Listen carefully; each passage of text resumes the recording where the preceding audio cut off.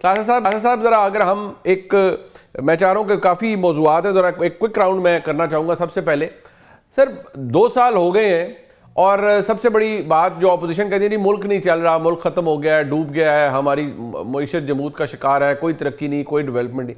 मुल्क ठीक चल रहा है या 2 साल मुकम्मल होने में हम ये कह सकते हैं कि गवर्नमेंट की प्रोग्रेस कोई बुरी नहीं है, चले स्ट्रगल कर रहे हैं, बहुत से इश्यूज होंगे, लेकिन कम से कम पहले से बेहतर है, इमरान खान साहब के दौर से बेहतर है या नहीं है?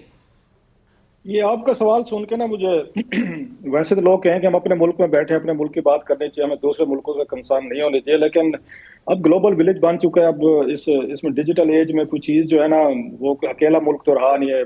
एक मुल्क दूसरे पे असरअंदाज होता रहता है, उसके हालात वाक़यात। तो मैं इंडिया में एग्जैक्टली जो बात आप कह रहे हैं, इंडिया में आजकल यही बहस हो रही है। ये जो सवाल आपने उठाया, वहां पे भी जो अपोजिशन है, ये उसमें राहुल गांधी साहब हैं या दीगर कांग्रेस वगैरह, वो यही सवाल उठा रहे हैं जो आपने सवाल उठाया है। वो भी ये कहते हैं, मोदी साहब बड़ा कहते हैं ये 8% हमारी ग्रोथ होगी, दुनिया की चौथी बड़ी हम इकॉनमी बन रहे हैं, और ग्रोथ रेट वहां पे हमारा जो है वो ये जापान को भी हमने क्रॉस कर दिया बहुत ज्यादा। अगले 20-30 साल में पता नहीं हम चाइना और इनको भी टॉप कर लेंगे। लेकिन वो कहते हैं इकॉनमी जो आपकी जमूद का शिकार है, लोग आज भी इंडियन जो हैं वो इंडिया से बाहर जा रहे हैं, लोगों की बड़ी बुरी हालत है, गुर्बत जो है वो वहां पे बढ़ रही है। सो उन लोगों को भी वहां पे अगर देखें, जो कि इंडिया बड़ी एक इकॉनमी है जिनके 600-700 अरब डॉलर से ज्यादा के रिजर्व हैं इस वक्त, वो मतलब उसको अमेरिका को टक्कर दे के खड़े हुए हैं, यूरोप को टक्कर दे के खड़े हुए हैं, चाइना के साथ भी ताल्लुकात भी इतने आइडियल नहीं है।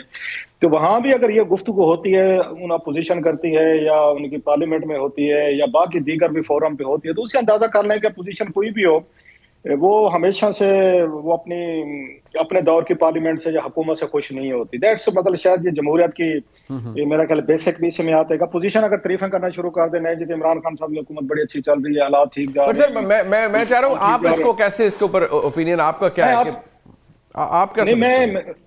मेरा ख्याल है हालात जो है उस वक्त, अगर खान साहब की अगर आप ये पूछें तो ये उस वक्त भी यही था कि शायद सेम पेज है। तो खान साहब बैरून मुल्क दौरे कर रहे हैं और कोई इन्वेस्टमेंट आएगी, कोई लोग आएंगे, कोई इस तरह की चीजें होंगी, तो भी हमें कोई बहुत बड़ा कोई सिग्निफिकेंट कोई यहाँ पे पाकिस्तान में वो नजर नहीं आया। हाँ, ये कुछ पाकिस्तानी जरूर आए थे, अगर आपको याद हो, एक ये उस वक्त 3-4 बिलियन वो डॉलर जो हैं उन्होंने यहाँ डिपॉजिट कराए थे, जिसके अगेंस्ट उन्हें मेरा ख्याल मार्कअप वगैरह दिया गया था 3-4 महीने के लिए।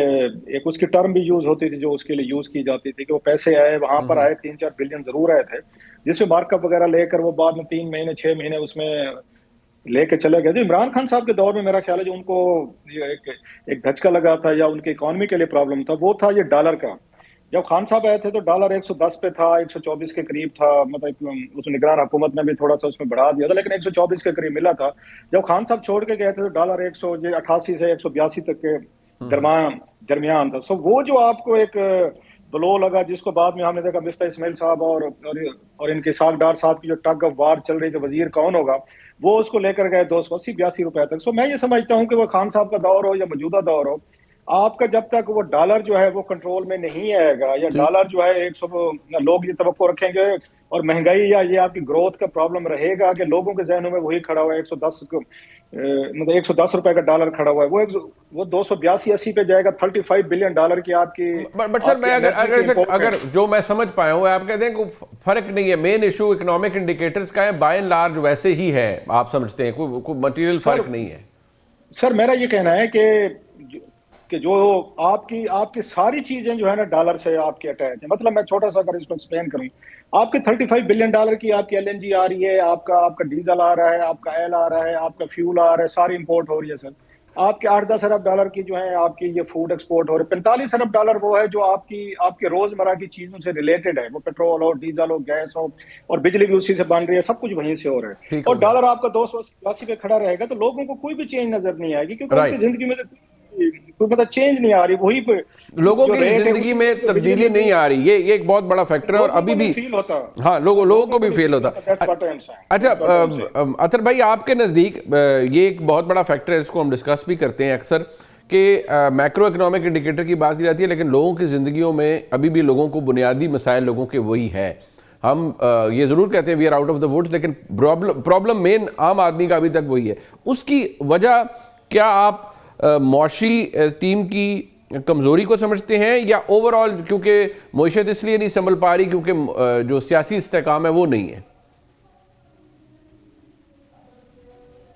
तो देखिए, इसमें मिले जुले फैक्टर्स हैं। ऑब्वियसली सियासत भी इसमें प्ले करती है। एट द सेम टाइम जो मौशी पॉलिसियां हैं उनके हवाले से कहा तो बहुत जाता है और बड़े दावे भी किए जाते हैं, लेकिन आज 3 साल तकरीबन गुजर चुके हैं और 3 साल के बाद हम कहां पे खड़े। मेरे ख्याल में बड़े अरसे के बाद पाकिस्तान में सर्दियों में लोड शेडिंग हो रही है। कुछ महीने पहले तक हमें बताया जा रहा था कि पाकिस्तान में बिजली इतनी ज्यादा है कि हम यहाँ पे बिटकॉइन की माइनिंग करेंगे, जो एक्स्ट्रा बिजली है हमारे पास, इसलिए कि वो हम कहीं कंज्यूम नहीं कर सकते। इस वक्त 4000 मेगावाट की जो शॉर्टफॉल हो गई है, क्योंकि आप फर्नेस ऑयल और एलएनजी जो है वो महंगा पड़ता है, उसको आप कम मंगवाते हैं या मंगवाते ही नहीं है। तो इससे आप अंदाजा लगा लें कि आपकी मईशत इस वक्त कहां पे खड़ी है। दूसरा, आपका ग्रोथ रेट किस जगह पे है वो भी आपके सामने है। इसी तरीके से अगर आप दीगर चीजों को देख लें, जो आम बंदे से रिलेटेड चीजें, कहीं पे भी आपको उस तरह बेहतरी नजर नहीं आती। जो इन्वेस्टमेंट हो जाए, चाहे वो एफडीआई है, फॉरेन डायरेक्ट इन्वेस्टमेंट है, या बिला वास्ता कोई जो है इन्वेस्टमेंट है, वो आप देख लें 50 साल की कम तरीन सतह के ऊपर है।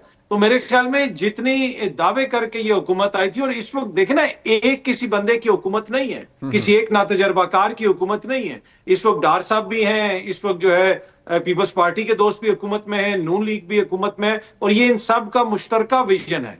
अगर ये 3 साल मुश्तरका विजन ये है कि आज 3 साल के बाद हम इस पोजीशन पे खड़े, तो मेरे ख्याल में फिर लोगों को थोड़ा बहुत तो यकीनन उसके ऊपर फिक्र भी होगी और लोगों को थोड़े बहुत तहफुजात भी होंगे। बाकी कुछ अचीवमेंट्स हुई हैं। आपने एक भारत को हराया।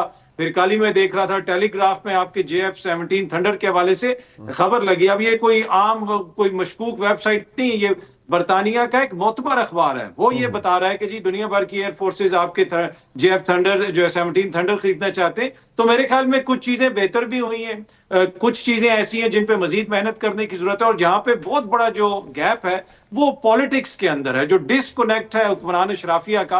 आज देखें जी, इतने दिनों के बाद मुनीब भाई, हमने मियां साहब को देखा, वो बाहर निकले और उन्होंने क्या किया, उन्होंने बाहर निकल के लाहौर के एयरपोर्ट के ऊपर जो अशराफिया के लिए एक बनाई गई है लॉन्च, उसका इफ्तिताह किया। तो इससे आप अंदाजा लगा सकते हैं कि कितना कनेक्शन है या डिसकनेक्शन है इस वक्त अवाम और हुक्मरान तबके के दरमियान। ये हैदर नकवी साहब, आपके नज़दीक ये डिसकनेक्शन, चले इकोनॉमिक चैलेंजेस तो हैं, और ये मेरे ख्याल में इन्फेंटाइल होगा हमारे पार्ट पे या किसी के पार्ट पे भी कि वो सोचे कि जी फौरी तौर पे तमाम मसाइल हल हो जाएं, कि इश्यूज अभी भी वही हैं लोगों के। लेकिन ये जो सियासी डिसकनेक्शन की बात की है, क्योंकि अभी तक लोगों को कोई फ़ायदा अवाम को नहीं मिल रहा, क्योंकि बात इसी की जाती है, मियां नवाज शरीफ साहब हों, दीगर लीडर्स हों, कि अवाम को फ़ायदा पहुँचना चाहिए।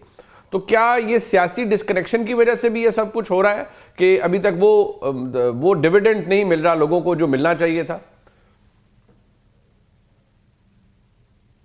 देखिए, पहले तो जो बेसिक डिबेट है कि मुल्क चल रहा है या नहीं चल रहा। मुल्क तो वैसे ही चल रहा है जैसा हमेशा से चल रहा है, हर दौरे हुकूमत में इसी तरह चलता रहा। अब पिछले 3-4-5 साल से शोर ज्यादा है कि मुल्क नहीं चल रहा। अब जब आप बात करते हैं कि माशी परेशानी जो है वो उसके हवाले से हम कहां खड़े हैं, तो पाकिस्तान की तो आप बात छोड़ें, आप दुनिया के तरक्की याफ्ता ममालिक को देखें, आप यूरोपियन ममालिक को देखें, आप यूके को देखें, आप अमेरिका को देखें, आप कनाडा को देखें, आप इस तरह के और जो दूसरे ममालिक है वहां देखें, वहां महंगाई का क्या हाल है।